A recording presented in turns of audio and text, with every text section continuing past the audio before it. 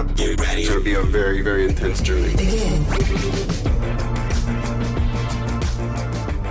Hello, everyone, and welcome to episode 38 of Frame Skip. It's your holiday week episode. I am, of course, Austin Eller, your host for the evening. I am joined by my three buddies. My two buddies, I would say, because one of them's not my buddy. I'll leave it to your imagination who that is. I don't know who it is. I'm just taking a guess. There's somebody out there that is not my friend on this show. That person is not George Loftus. Uh-oh, that just brings it How's down. it going? You forgot my George Cam Newton Loftus. There it is. Yeah, Yeah, we had a bad game this weekend George. against the Dolphins, but it's fine. Why is it that we always lose against the Dolphins? Why is that a thing? Because the Dolphins are actually decent this year. And Wait, did you say we? Are you a Pats fan? Yeah, I'm a Pats fan. I didn't know you were a Pats fan. Yeah.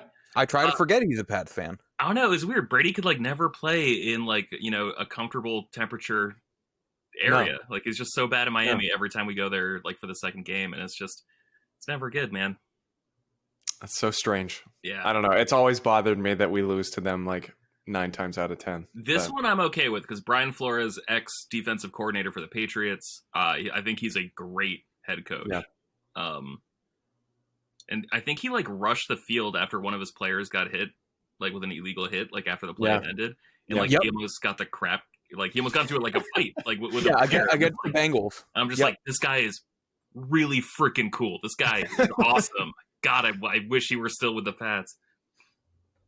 Yeah, Brian Flores, he's a good coach. I think he helped really turn that team around, the Dolphins. Okay. And free agency helped them a lot, too. They went out and got people this year. Yeah. You know who else we're joined by? Not Brian Flores, but the ladies' man Elijah Steele, whose nickname that George created last week. I really don't even recall what it is. But Elijah, how are you doing? I recall it very well. And I'm doing very well. What is it? The Apex Adonis. I don't really get it. Because Apex is the highest of something, also one of his favorite games. And Adonis is just a real good piece of eye candy. Okay. So he's the top of the food chain. I've never heard that word before. Really?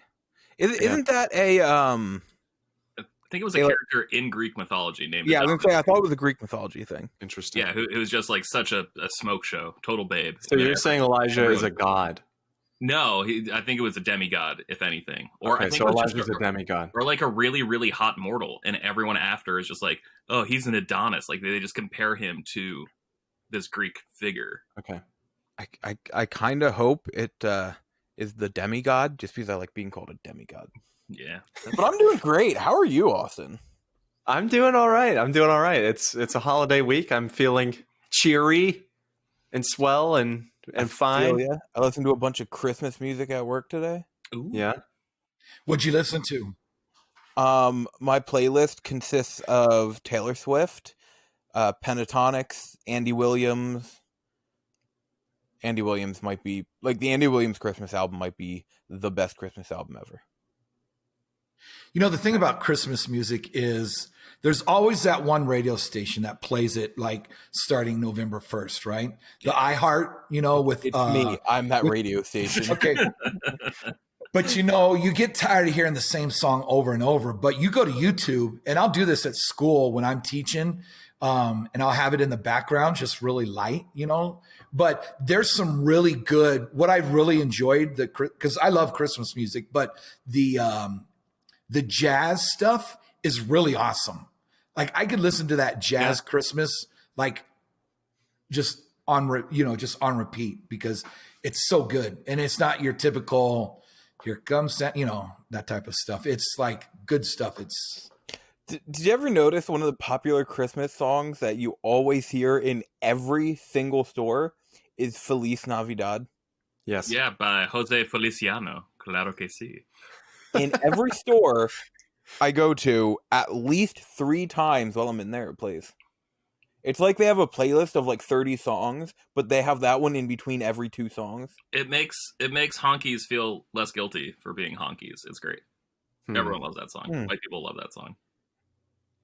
I do love that song. I've been listening to the Lo-Fi Christmas Beats station on YouTube. No. That's been fun. Just to fall asleep to. Well, it's just nice, slow, melodic stuff. It's easy to fall asleep to. It's good. Are you a fan of that lo-fi beats girl? to study to. Oh, wow. Is that the one? Like, yeah. No. Well, there's like this cartoon drawing. There's like this cartoon drawing that everyone is like, it's the lo-fi beats girl. Yeah, it's just her like sitting at a desk and like to change the time of year. It's just like, oh, now it's snowing outside. Oh, now it's raining outside. Oh, now it's just beautiful sunlight outside. No, it's not. I don't think it's the same one. It's like I think it's just piggybacking on like the SEO of right. that. You're right. We're also joined by the coach, Kyle Newman, aka Christmas Coach. How's it going? Ooh, I've been getting a lot of sleep since we got on Christmas break. Like I've been taking naps and I feel a lot better. How many hours a day are you sleeping now? Well, I'll sleep like 8 to 10 at night. And then I'll throw in like an hour or 2 hour nap during the day. Okay. Because once we start back to school, now it's like 6 hours max during the week, if each night. And then so I'm getting as much sleep as I can right now. So rookie numbers, man. You got to pump those numbers up. You got to get more. I wish I could, man. I know, right? Yeah. That's college days, man. I remember doing that when I was in high school and college. But fun fact, Elijah's fun fact, when I am deployed, I can easily sleep 12 hours. I don't know what it is, but maybe it's because I'm just focused on one thing only, whatever that one job is. I don't have to worry about all these other things. And like, possible. Once my body gets adapted to that time, that whole region and everything, man, I could do 10 to 12 easy on our days off, or one day off a week. Gotcha. Nice. Yep. I tend to sleep about 8 hours a night, but even that sometimes is like, it just doesn't work sometimes, which is sad because I'm 24 years old. But yeah, sometimes 8 hours is not enough. So like yesterday when I woke up after sleeping 8 hours and I felt like crap. Yeah. So yeah. If I get less than 8, I'm a total jerk. Oh yeah, I have to get 8. Yeah. I have to get 8. Which is unfortunate because when I work that 6 a.m. shift on Sundays, I never get 8 because I'm like, I'm going to go to sleep at 9 o'clock at night. Or 8 o'clock at night or whatever it is. That sounds about right. Yeah, because I'm in second grade. Yeah, I can do that. Right. Yeah. I'm a 3-year-old and let me go pull out my little stuffed animal and snuggle it up and have my parents tuck me in at 6:30 p.m. You're going to go take 2 laps around the living room and get all tuckered out. Yeah. So how are we doing this week, guys? What have you guys been playing? I know it's been, like Coach said, it's been a kind of holiday week for him at least. I don't know if he's been playing anything. We all played something last Sunday. I know that. That was fun. I was working, so I did not get to play that. So I'm sorry I didn't get to join you guys. Well, George, what did you play instead? What have you been playing? I played Spyro. Elijah and I had a special episode last week where we talked about trophies, and I feel like I haven't gotten a platinum since Astro's Playroom. Like I feel like I'm sort of like losing my little gaming mojo a little bit. So I wanted to do something easy, just like knock in some quick wins. And I had never played the Spyro series before. So I went back, I played Spyro You're the Dragon, or Spyro 1, whatever the first one's called. So I played that one, and man, I never had a PlayStation growing up. To me, PlayStation was just the thing I would play at Walmart, like in their little demo kiosks, while I waited for my mom or dad to finish doing whatever they had to do at Walmart. And I just like, my neck is permanently damaged, I think, from staring at like an 85-degree angle, just like look up at the screen. But man, that game is really fun. It's really weird playing something that like so many people associate with childhood, but like I'm playing it as a 30-year-old and I just do not have the memories of it that most people playing it do. But I really enjoyed it. It was weird playing a competent third-person platformer not made by Nintendo. Yeah. Yeah. I always loved... Now, I never played any other Spyro game except for the first. But I loved that first one. Yeah, man, it was a lot of fun, and it's weird because it's all Insomniac, right? Yes. And so it's just like seeing like the pedigree of just like their leaps and bounds transformation from Spyro. Like I can't believe that was like their first big hit. That was what put them on the map, and then like they did Spider-Man and Miles Morales. It's just like, oh wow, like of course, like you can see like I guess the DNA is there because like the writers are still good, charming writers. Like it's like an enjoyable world that like you want to spend time in. Just the same way as like Spider-Man was for me, at least. Right. What did they develop on the PS2? Sly Cooper. Oh no, they did Ratchet and Clank, not Sly Cooper. Oh wait, sorry. I'm thinking of So Insomniac did whoever's Ratchet in- and Clank. Yeah, whoever's in Seattle. Yeah. Sucker It's- Punch. Sucker Punch. Yeah, Yes. Sucker Punch did Sly That's Cooper. correct. So who are the ones that did Infamous? That That was was Sucker Sucker Okay, Punch. Sucker Punch. Okay. Yeah, I always want to assume Sucker Punch did the Spider-Man game, just because like I played Infamous Yeah. 1 and 2 for the first time this past summer, and it feels so similar, like in all the positive ways. I'm just like, wow, what a wonderful open world that you can just interact with, and they really thought about how to use your powers to navigate this world, and made that just like part of like they made traversal fun, which is really important in an open world game, and I feel like a lot of open world games forget that. Yep. And so like you think they're made by the same team, but they're not, and yeah, man, I'm just really impressed with Spyro. I'm like a third of the way. I just 100%ed the first world in Spyro 2, Ripto's Rage. And I think there's 2 more worlds. Like I think there's a winter and then, or a fall and then a winter level. They made some changes. There's one thing that's I was not expecting. So this is a kid's game. I thought it was going to be like an easy platinum. There's one part that was just such a pain in the, and like every main hub world has like a flying level where you get like 30 seconds to complete different objectives, and there's like 8 different things. There's 8 different objects for 4 different objectives that you have to knock out, and each one adds just like a little bit of time. I finished all these with like 0.2 seconds remaining in the clock. Like it was significantly harder than I thought, and I can't believe they threw that into a kid's game. Like I'm trying to imagine, this game came out in 1998. I'm trying to imagine 3rd grade George trying to do that, and I don't think I had it in me to get it done back then. So I'm just trying to imagine 3rd grade George. oh, so chubby, just a little little chunker. Yeah. Twinsies. You know, I'm thinking, you know what's interesting? I think the reason why PlayStation did so well, that it has such a big, you know, fan base, is I guess you could call them second party developers, because they're companies that solely develop for Sony pretty much, except for, I think it was Insomniac did that one game. There's one game they did, I think, even for PC. But anyways, it was that underwater one. Oh, this Well, there was also Sunset. Rhyme of the Deep, Song of the Deep, Song of the Deep. Yeah. They also did, what was it, Fuse? Fuse, yeah. I was going to bring that up. That game Right. is beautifully average, yeah. So if you think about it, you know, they grew from the PlayStation to PlayStation 2, and then from the PS2 to the PS3. And their games, like, they were always geared for the people that started with them, right? Yeah. Whereas Nintendo is just, most of their games is for kids, right? And minus Zelda and Metroid, but everything else is geared towards kids. Fire Emblem. Yeah. Yeah. Yeah. And they're something different though. I mean, like, yeah, but that's an amazing series. But you know what I'm talking about? Like, well, even they're big every series. Pokemon game treats it like it's the first Pokemon game you've ever played. And like, Right. I know for a fact that the people buying Pokemon now, they've probably played another Pokemon game. Like, well, come on, guys, what are you doing? Like, obviously, every Pokemon game is going to be someone's first in that series, obviously. Yeah.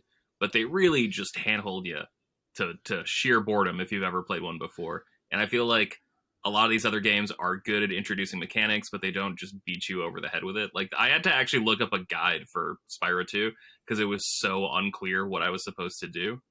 And then I eventually just thought, like, screw it. Like, I'm just going to go have fun. And then I eventually got there, but it was just way more just dumping you into it than I expected a children-facing platformer to be. I will say, at least aside from those flight levels, like you said, George, at least that game is not like absolutely brutal like Crash Bandicoot 1 is. Oh my god, yeah, that game is gnarly. Because I remember, I mean, I played both series when I was a kid, and I remember Spyro is very much that like kind of chillax, like kind of just be in this world and explore, and you know, I never really remember them being too hard, but I do remember those flying levels being a little ridiculous. Yeah. So, I love those games. They're so good.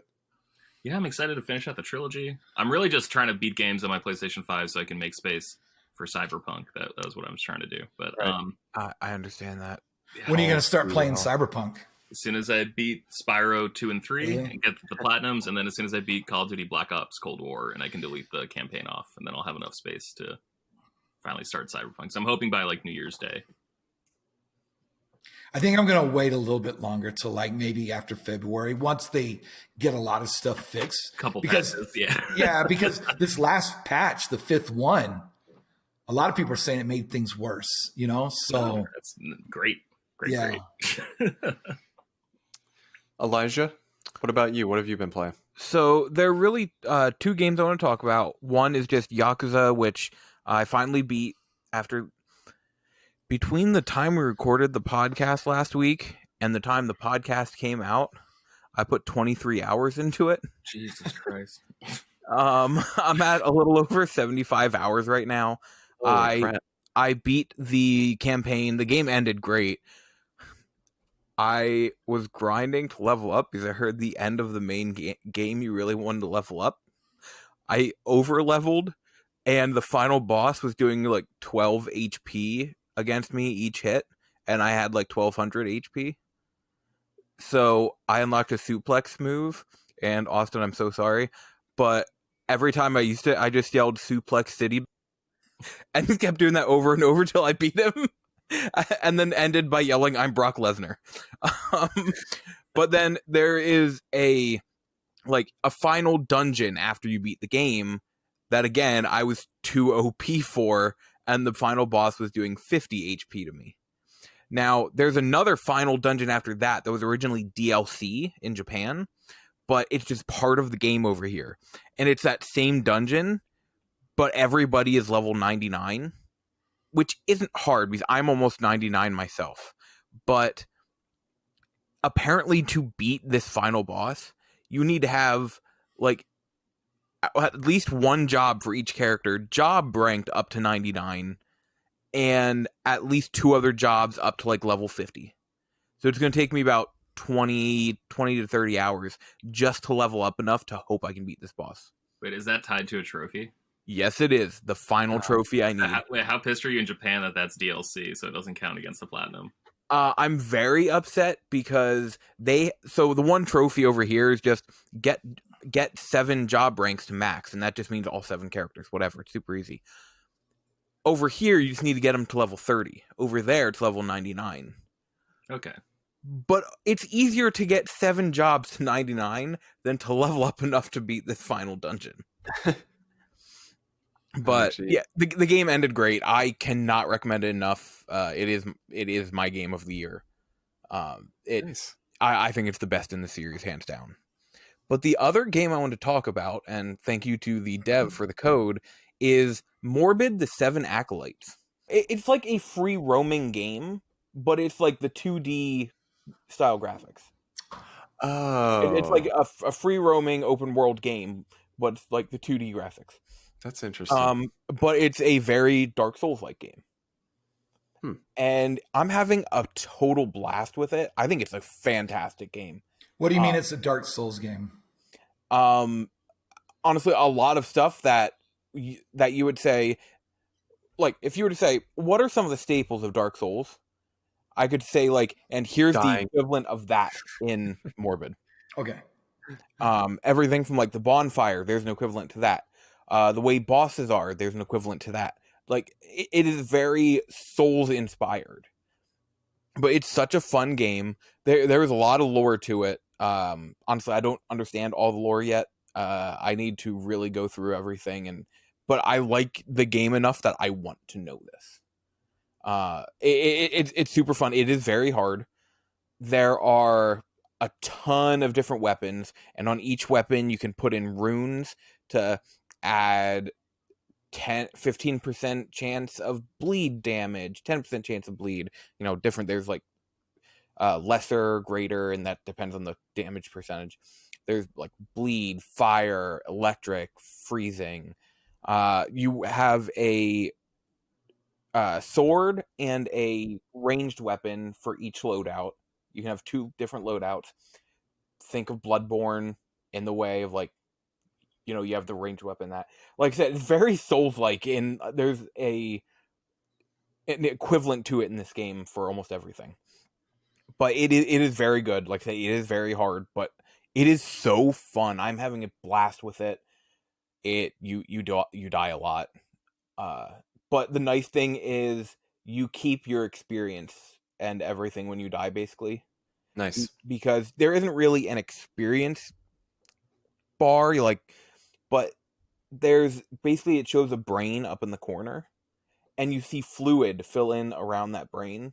When the fluid gets to the top, your experience maxed out, and you basically grew a level, and you get a skill point. And then you can add that skill point into different what are called blessings. So, like right now, the 2 blessings I have are the Heart of Dobrim, which, by the way, is basically the Estus flask. It rejuvenates whenever you sit at the bonfire equivalent in this game. It basically, this blessing makes that heal you more. The other blessing I have is just a bigger health bar.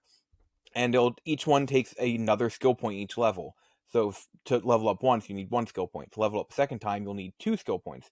Third time, you'll need 3, etc., etc. It's a very Souls-like game, but it is so good. It's so fun. I highly, highly recommend it. And if I wouldn't have had somebody mention this to me on Twitter, they think I would like this, I would never have put a second thought into this game. Are you going to do a review? I think I will. Nice. It'll take me a little bit to beat, just because I love these games, but I'm not great at them. But I love them, so I will get through it. But yeah, I'm going to do a review of it. What's it called again? Morbid, the 7 Acolytes. Okay, interesting. I want to look it up because I'm curious. It sounds very unique. Sorry, It is. You might have said, what are you playing it on? I am playing it on my PS5. I'm pretty sure it's on PS4, Xbox, I think even Switch and PC. Sweet. And George, this would be something you would enjoy. Except for 1 trophy, the trophy list is not bad at all. Cool. The only trophy that would be hard is to defeat an acolyte without being hit at all. Yeah, I'm not very good at trophies like that. Neither am I. That's the only trophy that, like, looking through this thing, I think, like, doing that, I'm like, I can't do that. But every other trophy, I'm like, oh, that's pretty easily obtainable. Yeah, I think I'm gonna platinum the 3 Spyro games to get my mojo back, my groove back, just to pull a real Stella, and then I think I need to like really earn a platinum.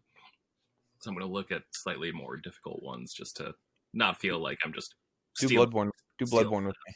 Oh god, no, screw that. No, I was gonna say I can help you. I am super OP for where you would be. Because he ran around a table 400,000 times. Look, okay, yes, I cheated when the game came out. I do not regret that. I do not regret that at all. But you would be helping me as well as I help you. Okay. Because I could help you get through these bosses and level up super fast. And it would help me level up more because I need to play through the game another time. Gotcha. I need 1 trophy. I need 1 trophy. Yeah, there's some co-op in Bloodborne, but it's interesting because there's like a currency to do it. So you have to use one like anytime you like let someone into your game, basically. Yeah, it's very simple. You can't do it until you face the first boss, and even if you die, then you can start doing it. Okay. Yeah. I want to beat the first boss on my own just to say I at least did that before, my super... It is a pretty easy boss once you get used to, oh, this is what he does, so I want to move here. And the basic lesson of any Souls-like game, when you're fighting a boss, stick to their... They can't hit you. All right, sounds good. I thought you were going to say kill them. That's a good reason. That's the best way to kill them. So, George, have you never played Bloodborne or much of Bloodborne? No, I haven't really touched any Souls games. I'm surprised by that. And you have a PlayStation 5, which means you have Bloodborne. I have Bloodborne. I mean, I have it. I think I bought it on PlayStation Now or on the PlayStation Store. And the bundle for PlayStation 5 I got came with Demon Souls. And I think I played that game for maybe 45 minutes 10 years ago. I was going to say, I'm not 100% sure how it works, but I don't know if Demon Souls has co-op. I think people can invade your game, but I don't know if it's strictly negative. It does not say on the back. Because I was going to say, if it had co-op, we could do that, because I haven't gotten super far in that either. Yeah, I need more co-op games. I'm starting to get a little restless on my island off the coast of Maine in the middle of the pandemic. It's really starting to get... Well, Godfall. You know what game is co-op? I know. I was working. I'm so mad. Oh, what did you play on Sunday? Mario. No. Forza Horizon. Yeah. That Me and is Elijah such a and Coach all good played it. game, man. That is It such was- a great game. Me and Elijah had the best laugh. Bro, oh my God. To put it into perspective for people, I decide, hey, Coach and Austin, let's just have a race from right here to Yeah. this one point on the road. Not an official sanctioned race in the game or anything, just for fun. So Austin and I set up on the road. A tour bus comes up behind us. So we're just like, well, he's just going to wait there. And then I started getting terrified he wasn't, because Coach was trying to set up, and all the cars coming the other way decided, no, we're going. And there was this just huge collision of cars right in front of Coach, and he's trying to set up. And they just keep doing it. One car just decides to keep trying to go, running into other vehicles.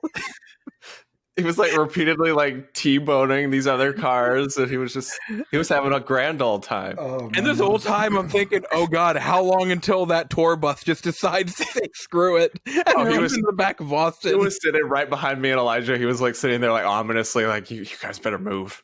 You guys better stop this racing madness. I got people to take some place. Oh, it was so good.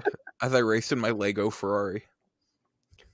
But Coach, I don't know if you want to talk about that game much or if there's other stuff you've been playing, but yeah, we had a great time playing that Sunday. We played that one, but off and on I've been playing, going back and forth between Fallen Order again and Star Wars Squadrons. And I was always hesitant to pick it up when it first came out, because whenever I would play Rogue Squadron, I would never choose to be in cockpit mode, like the cockpit view. Sorry. Oh, it's so claustrophobic. It's the worst. Yeah. Man. Those games were built for third person. Yeah. And so I thought it would be the same for this, but it was on sale. I'm like, you know what? Let's just try it out and see, right? I think I picked it up for $20 or something like that. That's And not bad then- at all. No. And then it was like, it ran smooth. And I played the intro a lot of times, because the only thing is to, I guess to go left or right, like not move left or right, but just your wings, Like your pitch or like yaw. yeah, your pitch. Yeah. That is your left controller, but your thrust is also your left controller going up. So if you are even the slightest bit off and you're at a diagonal pressing up, your whatever ship you're in is going to like rotate. So that's what I'm trying to perfect. So that way, when I get into the harder levels, I won't be fumbling around, because I know you're going to need to be exact on things that you need to do. So, but other than that, I love it, And Coach, there is crossplay. Wait, really? Yes, they added crossplay. Oh shoot! Oh, damn. Yeah. I was gonna get it on play together now. on Xbox because Coach sent me the One X against my will, and now that's even more enticing because now I can still play with you. Yep. Oh Yeah, man, that's really I neat. just read about that like 2 days ago. I think that was in their latest patch, maybe. I don't Yes, know. that sounds right. Yeah. So, Coach, how pretty is that game? Very. Like it is. I mean, of course, it's developed for. Well, I guess we're in the next gen now, but it was developed for PS4 and the Xbox One. But it looks amazing. There's no stutters. Yeah, but it looks amazing. It is a super beautiful game. And even like I played it a few weeks ago for the first time, not in VR, and I couldn't play it too well because I was so used to playing it in VR. Yeah, It just feels so natural. that's got to be the way to play it. But it's good to hear that it's at least still like decent, playing on a screen, because that would be how I would play I it. haven't played it without VR, and I like it a lot. I'm stuck on one level just because I find it really unclear about what I'm supposed to do and how I'm supposed to do it. It's like a Y-wing bombing level, and I'm a little frustrated. I've died a couple times. I'm taking a pause from that, and I'll come back to it. But the game's super cool, super pretty. That prologue level, I think, is like one of my favorite gaming moments of the year. Like that entire prologue, I thought was just fantastic. Yeah, it was good. Because you start off in the TIE Fighter. Yeah. Oh, nice. Yeah, but then halfway through, you do jump into an X-wing. But going back to the Y-wing, the bomber level, those were like my least favorite in the Rogue Squadron series. For a while, for me too, until I like really figured out like, oh, you tap B and then like you get like the reticule up. Yeah. Like I'm fine with doing that. I'm so bad at bombing with like the targeting computer. Yeah. And then I got really good at doing it just like freehand, like with like the circle that appears on the ground or whatever. But that took so many tries, like on that level where you have to like take out the Star Destroyer and make it crash, and then you have to like swap out all the different ships for whatever ground vehicle you're fighting against on the next level. It took a lot of practice with that, and then like the freeing the prisoners from like that asteroid belt prison, like that was a lot of practice too. You had to blow up the Maw. Yeah. Yeah. Prisoners of the Maw. Yeah, God. That's what it was. Now, those games. Did either of you play? I can't remember what it's called off the top of my head, but it's the mission where it's basically like a 5-on-5 mode where you have to essentially the goal is to take out the enemy's main ship. It is a very tiered multiplayer game.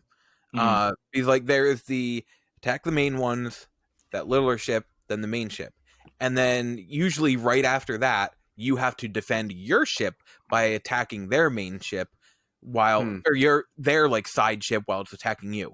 Then once you defeat their side ship, then you can go back into operations, right? Where it's like tug of war, basically going between the different zones. Okay, yeah. Yes, that's what operations. That's exactly what I was thinking of.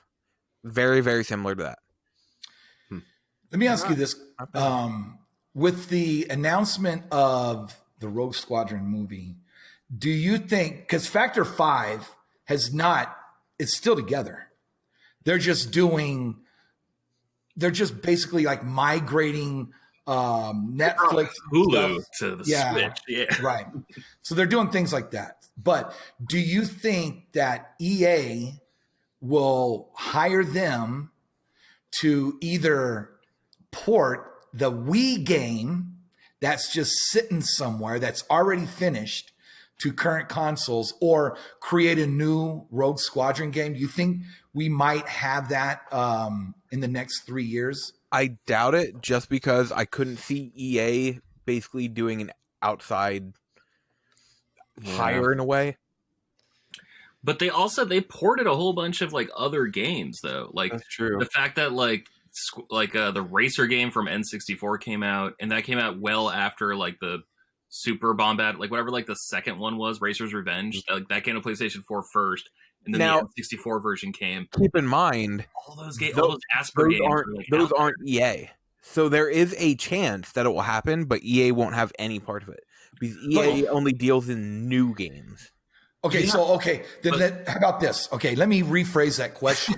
Do you think Disney, because Disney owns all of that, do you think Disney will rehire or hire Factor 5 to either do something new or take that one game that they own because it's Disney and up-res it and port it over to the current and last gen systems? They better, man. They freaking better. I've sent like 2 emails out to people I don't know in like my entire life, basically, when I wasn't like asking for a job or whatever. But like when I was 8 years old, I sent like a letter to my celebrity crush, it was Lisa Kudrow, because I was really into Friends. That's fair. And then when I was 18 years old, 19 years old, I wrote a letter to Nintendo asking if there was any chance that Rogue Squadron would come to the Wii Virtual Console, because I'm dying to play that game again. I couldn't find my N64 at the time. That's all I freaking want, is that game to come out. My big fear is because it was never published anywhere, like because the Wii version was never published, that like it would technically be a new game, wouldn't it? Even if it's just a collection of previous games. And like Rogue Squadron, I know came to PC, like it's available at GOG, goodoldgames.com. Yeah. But it's not the same, and there's no controller support for it, I don't think, at least last time I read. Like it's just not like the best port, but it is like an N64 game that I think someone just kind of haphazardly brought off the cart to the store. I don't think it's like the one made with love by Factor 5. But man, I'm dying for that. I want that so freaking bad. I want a Rogue Squadron game with trophies so bad. So the one on the Wii, they it's not just a collection. They remastered it basically. Yeah. I know they remastered the first one, and they might have done the second one, but they also added levels. Like there is because there was the Wii Motion Plus, right? Mm-hmm.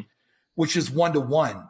So they had a lightsaber duel missions in there. Oh, for the third game when you were on person? Yeah. Oh, that's sweet. That's sweet. I want that game. So, but how would you translate that to current day? You wouldn't be able to. PlayStation VR? This is a small tangent. That's the one thing that really bums me out about PSVR games is that there's no games that just use the PlayStation Move controllers. Like I want like a light gun style game where I don't have to wear the headset. That would be really cool. Bring me Time Crisis 6 or whatever. Like why isn't that a thing? I was gonna say there is Time Crisis on PS3, but that's as close as we get. Yeah, and so but that was also like that game came out 6 years ago, 8 years ago. Like it was way longer. Okay, well that's a problem too. I'm curious now. Also, let's not forget the wonderful latest installment of the Ape Escape franchise on PS3, Ape Escape Move or whatever it was called. That was awful. That used the Move controllers. Another terrible example of on the rails monkey catching on PS3. So you're saying you're not a fan of games like Dragon Ball Z Connect? No.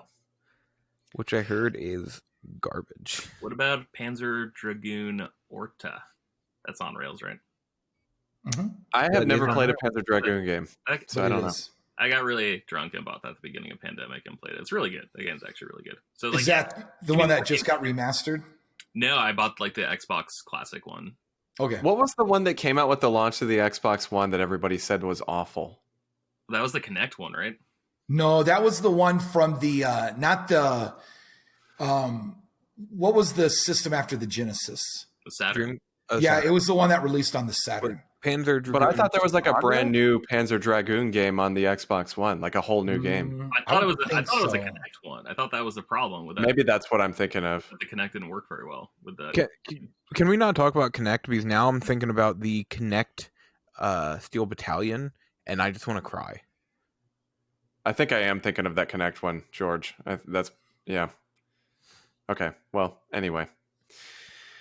I have not been playing much of note aside from Forza Horizon 4, which, again, I am playing on the Xbox One X that Coach proceeded to send me when I did not want him to. But it's just going to collect dust, man. And I knew that you would appreciate it and that you would play it. So yeah, and you're right. And I've really been enjoying Forza on it because I've been rocking an OG Xbox One, like the launch model, and it has not exactly been holding up well. So it's good to be able to play stuff like Forza. And I did try some of Master Chief Collection. It looks awesome. Mm-hmm. And Gears 5 looks really good too. So I know it's not like a Series X, but I'm just happy to have an upgrade to my 7-year-old Xbox One. But see, now you could play like Knights of the Old Republic, and it is I think it's 30 frames per second, right? But if you played on anything else, even the original Xbox or maybe the Xbox One, you're going to get frame drops. Yeah. Especially on the PC. So unless you have like a beefy graphics card. So you can play all of those games and you'll get the enhanced version for it too. So that's what's good about the One X. And I did download, or I went out and bought a 4 terabyte external because I was like, with Game Pass, like I just want to have everything. Nice. So I downloaded like 1 million games, and it took like a week to download all of them. But like Skyrim with all them mods, baby. Yeah, I know. I saw they just added it. I was like, do I really want to play this game again? But you never know. I might give Fallout 76 a shot because I was kind of holding off on that, and it's on Game Pass. So if you do, let us know, and we could all play that together. That'd be something fun. We could play, maybe start a series or something like that. If you do, let me know on the podcast so that I can make fun of you on the podcast. That would be great too. Why? I hear the game has gotten a lot better. Yeah, it has. It's not like. And in Boston, I've heard Boston. we're doing Boston. I've had some stories, all right, Fallout 76, not the best experience, even all these years later. When I was in Boston, I was at the Bethesda event thingy where they talked about what they had going into Fallout 76 this year, which is NPCs finally. Yeah. A lot of Good job, guys. quests now, and Jason Mewes. So Wait, Jason what's Mewes the thing? cannot be enough to get you to play that game. Come on, man. I hear that people are basically, as soon as you tune into the game, people are nice enough that they'll just be like, hey, do you need some stuff? And we'll just start dropping all this armor and weapons for you. I've heard the exact opposite, and it's like that game Rust, where like it just becomes like Lord of the Flies instantaneously. Oh, I hate Rust. God. Yeah, you remember that? What a disgusting game. At least it's not as bad as it's created. I don't know. We just got to do a little bit of research, like playing, there's all those YouTube videos of Fallout 76 in 2021 or 2020 just to see how much it has. I mean, it's the same thing that's going to happen to Cyberpunk. In about 6 to 8 months, it's going to be where they wanted it, Sure. By the end of summer, I bet you it's going to be running like, not flawless because it's such a open world big game, but there's not going to be the crashes and right now there's the save file, the corrupted save file that just ruins your experience. Yep. And listening to their excuse for it and what to do is just like sometimes these publishers and they think we're just like idiots, Yeah. Well, with that, let's say we move into our special topic this episode. We're going to be talking about holiday gaming memories. We do have one I'm going to read off first just so we can get it out of the way. Hotel, motel, holiday. And make sure. Say what? Nothing. Thingy, yo. We have a fan that wrote in, Alden, friend of the show, with his memories. So I wanted to read that off before we knocked ours out and forgot all about him by accident, because I know that's something I would do. But he said, last Christmas, I had just been introduced to Say Thorlar on Twitch by Elijah. Do you know who that is? Yes. Elijah? Yes, it was me that introduced him to him. He said, I was watching his Givesmith special stream really early in the morning, like around 3 or 4 a.m., because I was working nights then. I was on my grandma's couch after opening gifts the night before, and I just remember it being very peaceful during that time, before all this craziness with what's been going on in the world right now. And then he said, I plan on tuning into his streams this Christmas as well as next year, and for however long he does them, he's a great streamer. Thorlar is Norwegian, I want to say. So he's on like very, very early for us. So I see. Alden would be even earlier. That makes sense. Yeah, he's a great streamer. He gives away, like, he does a lot of giveaway streams. Like, almost every single one of his streams is a giveaway stream. He's just a great person in general. Nice. So check him out. But thank you for writing in, Alden. That was very kind. Elijah, you want to go on and start with yours? So there are really 3 memories that come to mind for gaming. One of them is very, very short, which is I opened up all my presents, and then my mom goes, there's supposed to be another one. And then eventually I found it way back in the corner behind the tree, and I opened it up, and it was Dragon Ball Z Budokai. Ooh. Still to this day, love that game. Couldn't tell you if it's actually a good fighting game or not, but I love that game. One of my favorite ones is I knew I was getting a GameCube for Christmas because when our local Ames was going out of business. Oh, shout out to Ames. Been a minute. Yeah. I bought so much stuff there. I bought like the Pokemon 2000 CD for like 10 cents. What up? A bunch of Gundam model kits for $1. Again, I got Gundam action figures there for like $5. That was great. Yeah. Game Gear games for like $2 a piece. For those wondering, Ames was somewhere. It was like a Kmart, basically. Yeah. Or like a Kohl's with less clothing. But I ended up getting. We got 2 GameCube controller extension cords, and I'm like, I can give these to my cousin for Christmas. He has a GameCube. And my mom goes, all right, here's the one for your cousin, and I'll put this one back. And I'm like, wait a minute, if you're putting this in the closet, I'm getting a GameCube. It's pretty obvious right now. Then Christmas Day rolls around, and there was no GameCube. And then later in the day, she goes, I forgot something, and lifts up the like blanket we had on the one chair, and there was another present underneath it, and it was the GameCube. Oh gosh. Man, your mom kicks it just pulling fast ones on you. Oh, just wait. This one is the best one. So, I have my Xbox 360 on pre-order. Supposed to get in late January at GameStop. And it's Christmas Day, and I already knew some of what I was getting. Like, I knew I was getting Perfect Dark Zero Collector's Edition, because I specifically ordered that off eBay, because I'm like, I want this. She goes, all right, go for it, and I'll put it back for you for Christmas. So I open that, and I'm like, sure, whatever. And then I went to open a gift, and she's like, no, you can't do that one yet. Like, okay, well, I waited.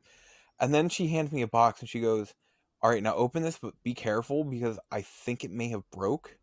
And I pick it up, and I hear, like, stuff rustling around. And I'm like, oh, no, but okay.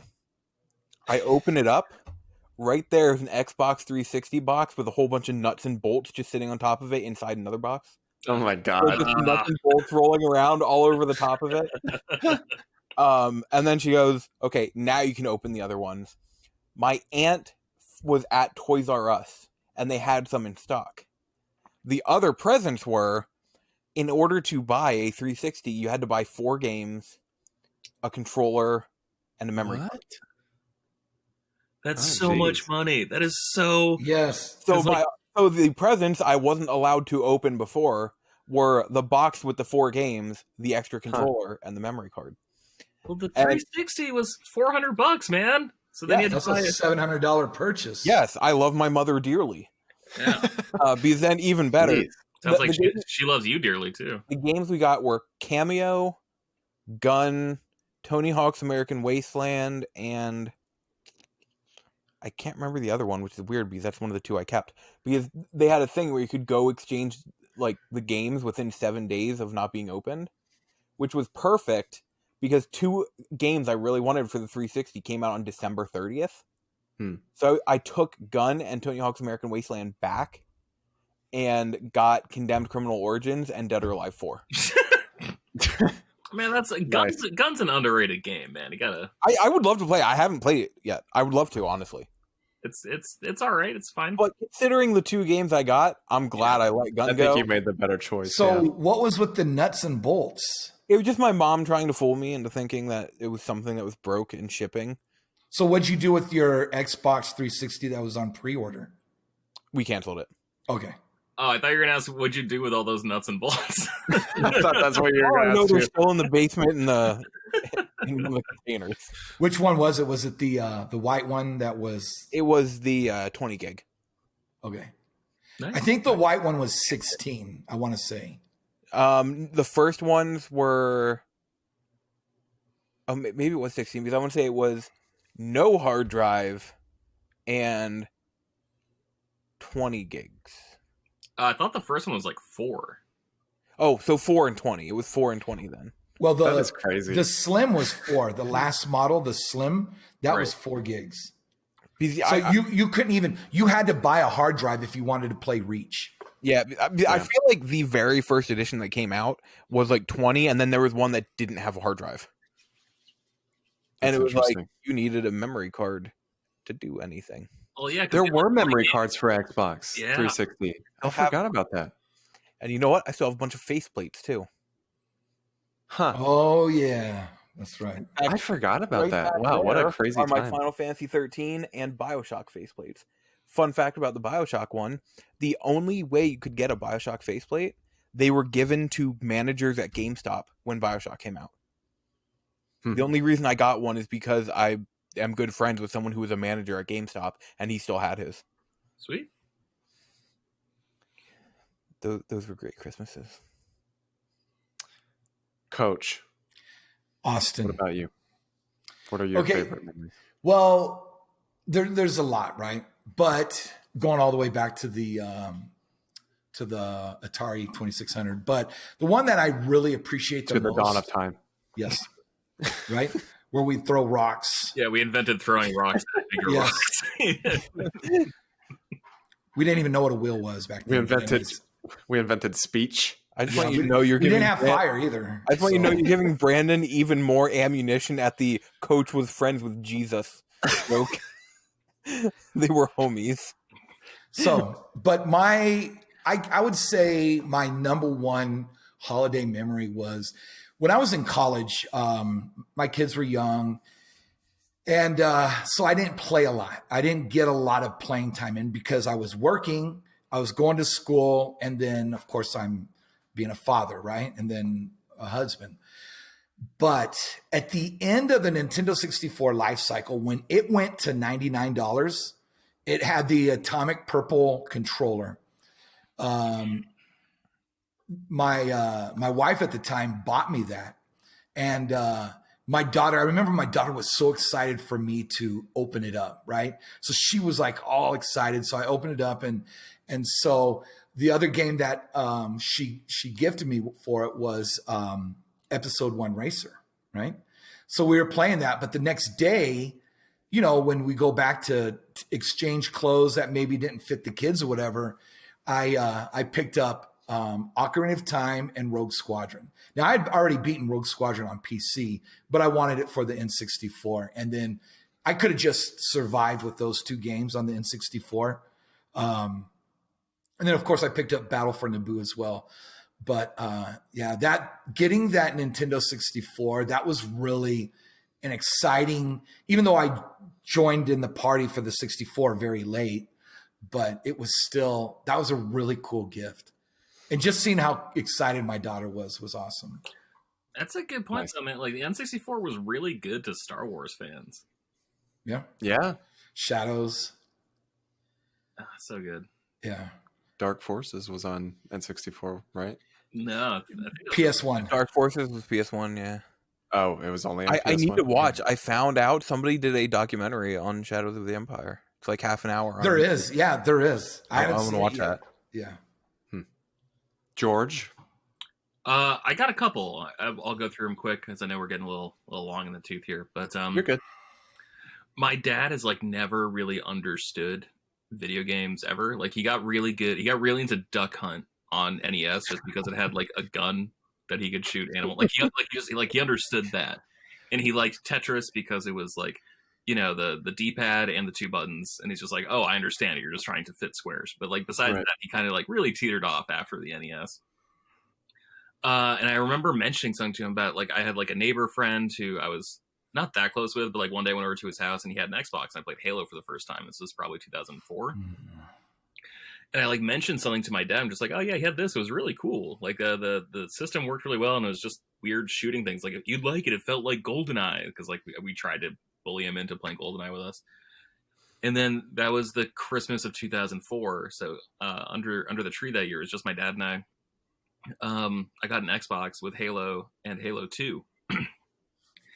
So Christmas night, I stayed up all night, played Combat Evolved until 5 o'clock in the morning, beat that game in one sitting, and then fell asleep, woke up at, I don't know, 1 in the afternoon the next day, 2 in the afternoon. Stayed up all night playing Halo 2, beat that in one sitting. And it's just like one of my favorite like back-to-back gaming memories of Christmas. So I always associate the Halo games with like around Christmas time.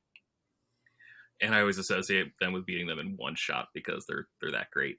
And then a couple years later, I think it was like 2009 into 2010.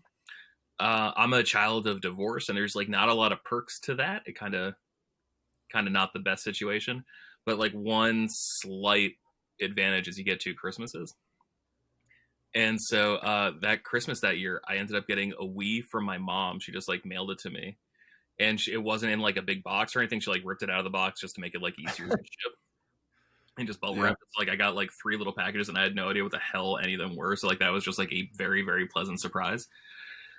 And then my dad, like, I was super into movies in college, still pretty into movies now, but like when I was in college, I was just like such like an a-hole about it. Like, I would just like have to go to the movies every weekend to see everything that was new. There was like a really nice theater in my college downtown.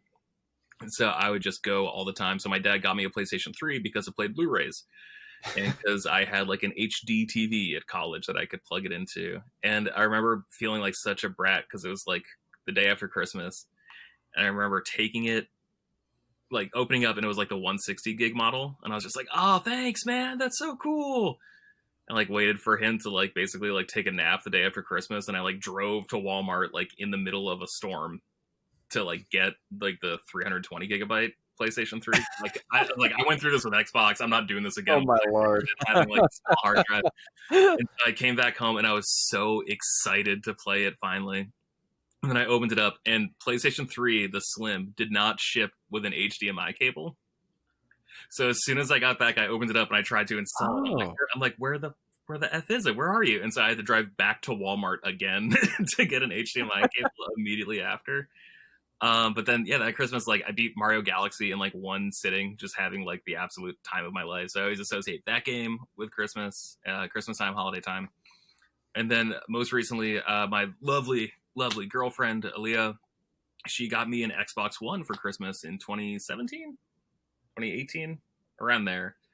And it was just so nice because, like, the Xbox One is basically like the Wii of the Xbox family. Like, it's just so good at backwards compatibility and like letting you relive old memories. And so because of that gift, like I got to have a Christmas where I got to play Halo Combat Evolved again because the Master Chief Collection had come out. And so That's awesome. It was just like a lot of fun, like getting to relive like that seminal childhood moment for me of like, you know, being 14 years old and playing Halo for the first time and getting to redo that as like a 28-year-old. That was really cool. That's awesome. Nice. I'm a big fan of those memories.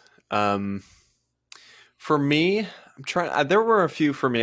Mine I don't think are quite as clear as you guys, but I think I have to start at the beginning. My first console I ever got was on Christmas. It was my N64. My mom gave it to me for Christmas. Were you the kid in the video? Oh yeah. Oh my god, you actually look like I think I was, because I was born in 96. I think my mom gave it to me. I was either 3 or 4. I was pretty young, but she gave me that, and it was like the bundle with Super Mario 64, and that's what started everything. That's what kicked me off down this such a good game too, gaming pathway. Yeah, and it was perfect. I mean, my mom, I remember being like very young playing that game, and I don't think I could fully understand it at the time, so she like helped me play it, which was interesting. And so I had good times with that. Another fun one, which I wish I still had this system, similar to you, George. I am also a child of divorce, so I as well have had 2 Christmas gifts in my past. But one year, my dad bought both me and him the Phantom Hourglass DS Lite. So it was gold and it had the Triforce on it. He bought one for me and one for him, and we were both playing through Phantom Hourglass like simultaneously together.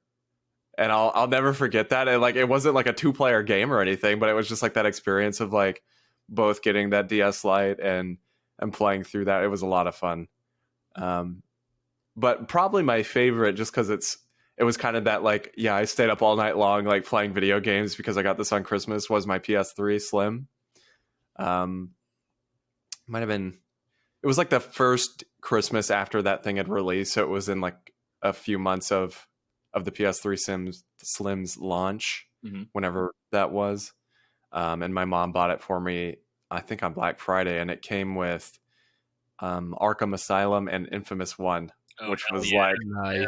Yeah. Those were the games. Like, let me tell you, that's why like that was one of the best Christmases ever, because I sat there and played Arkham Asylum like all night long, and then the next day I played it all night long until I beat it, and then I played Infamous all night long, and it just went on over and over and over again, and I had so much fun with those games. And I remember kind of in the same time frame, I had gotten like gift cards or something at Christmas, so I bought Uncharted and I bought Little Big Planet, and it was like all these games that like are obviously super important to me now.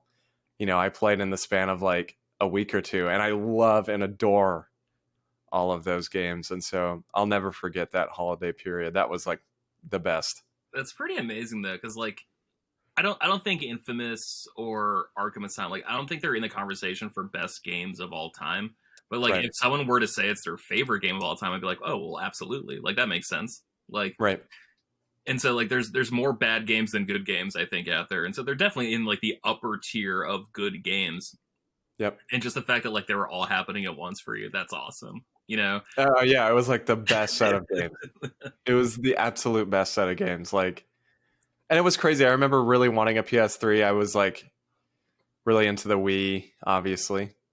So that was kind of my system for a while after that thing came out. And my parents just couldn't afford a PS3. So when the Slim launched, and it was quite a bit cheaper, if I remember right. It was half the price. Yeah. They got me one, and it was like my dreams had come true. Like I was finally able to play all these amazing games that I've been like dying to play. And it was interesting too, because I was never really a PlayStation kid. Like I didn't actually own a PS1. My dad had one, and I played a lot of games on his PS1. But I never lived with my dad, so I would play them, a couple times a year when I went to visit him. I had a PS2, but I got it maybe in like 2006 or 7. Like I was way late on PS2. Right. And even then, like I had a PS2 too, but it was like basically just the DVD player for the house. Right. So it was interesting. Like I don't know what led me to be so excited for the PS3, but I'll never forget that excitement. Like I loved getting that thing and playing those games. So and that was such a good like 2009 into 2010. Like is that when you said you got it too? Yeah. I guess we were probably in the same time frame. Yeah. It was probably like the same. Yeah, because it was like the Slim launch or whatever. Right. I remember I grabbed like whatever games I could find that were cheap at the time. And so like I grabbed Infamous because that one was on sale, and I grabbed Metal Gear Solid 4. And Metal Gear Solid 4 was the first one I tried to play. I'm like, I'm finally going to get into this game. And I just like did not understand anything. I'd never played a Metal Gear Solid game before. So like that was just a complete waste of time. Disaster. Horrible idea, yeah. And then Infamous, I just couldn't get into at the time for whatever reason. I was like, man, this is weird. And then I went back to Walmart because that's the only store in like a 35-mile radius that sells video games for me. Apparently. No, really, like the nearest Starbucks is like an hour away. Like I'm just in very, very podunk middle of nowhere part of Maine. And then I grabbed God of War 3 and Borderlands. And then those were the games that like hooked me. I'd never played a God of War before because the PS2 we had was like a launch PS2. Yeah. So it was like it couldn't play like the black disc games or whatever. So like it could never play God of War. Like, a friend lent it to me and it said cannot read disc. Wow. So God of War 3 is the first one. And so like, yeah, man, just associating like that Christmas and just like, it felt like turning like 15 or whatever and like seeing like Shawshank Redemption for the first time. You're like, oh my God, this is what a movie could be. Like, this is what the potential of the medium is. Like, it was just really exciting. Yeah. God, that's great. Yeah, and that Slim model, I think that's one of the best looking consoles to date. I agree. And then, if you remember, the next model for the PS3, it was more like a 70s with that thing that opened up, and it was like a George Foreman on the top. Right there. I have the cobalt blue one right there. Yeah, I got the ruby red one right over there. Yeah. I left my original PlayStation 3 Slim in storage in San Francisco, and I kind of regret not bringing it just because like that was my PlayStation. Like we went through some together. Sorry, Austin, for the swear. But I brought the ruby red one with me, and like, man, I love it. It's so small and compact and weird and oblong shaped and just bizarre. I'm just like, okay, like looking at this, the PlayStation 5 makes a little bit more sense. Like you guys can get kind of funky when you want to. Yeah. I always wanted to buy one of those things while they were like kind of leading into PS4 so that I just had one like boxed in case my PS3 ever died. Yeah. I never got around to it, but maybe one day I'll own one of those. Super cheap on eBay. Like I grabbed mine on Facebook Marketplace for I think like $70, and it came with a couple games and a controller or two controllers. Nice. So like people are trying to get rid of them, especially with PlayStation 5 being the new hotness. So right.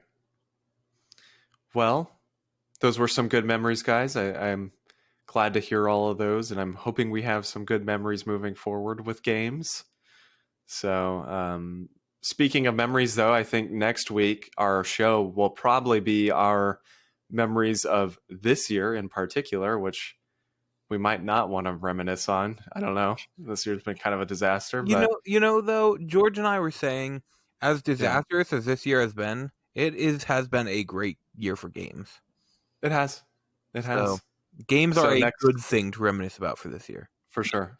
Next episode, we'll kind of go into our overall end of year awards, although I don't know how much I can contribute to that, but we'll see. I probably won't even be on because I don't have anything to contribute. Yeah, I beat I beat Jedi and Fallen Order. That's about it. That's the only thing I beat. I'm going to write some award categories, and I think I would love to hear everyone's takes on these categories. Well, I think what I want to do, unless, and we could talk about this after, but I think what I would like to do personally is make the game of the year type thing kind of open to interpretation. Like, well, just the best game you played this year. Doesn't have to be from this year. No, like I agree. We shouldn't do just the best game that came out this year.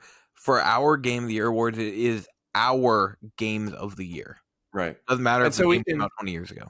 We can clarify that, like for you guys that played more games, and obviously like Coach and I, like you guys can say, this is my game of, that released this year or whatever it may be. Astros player, yes. Yeah.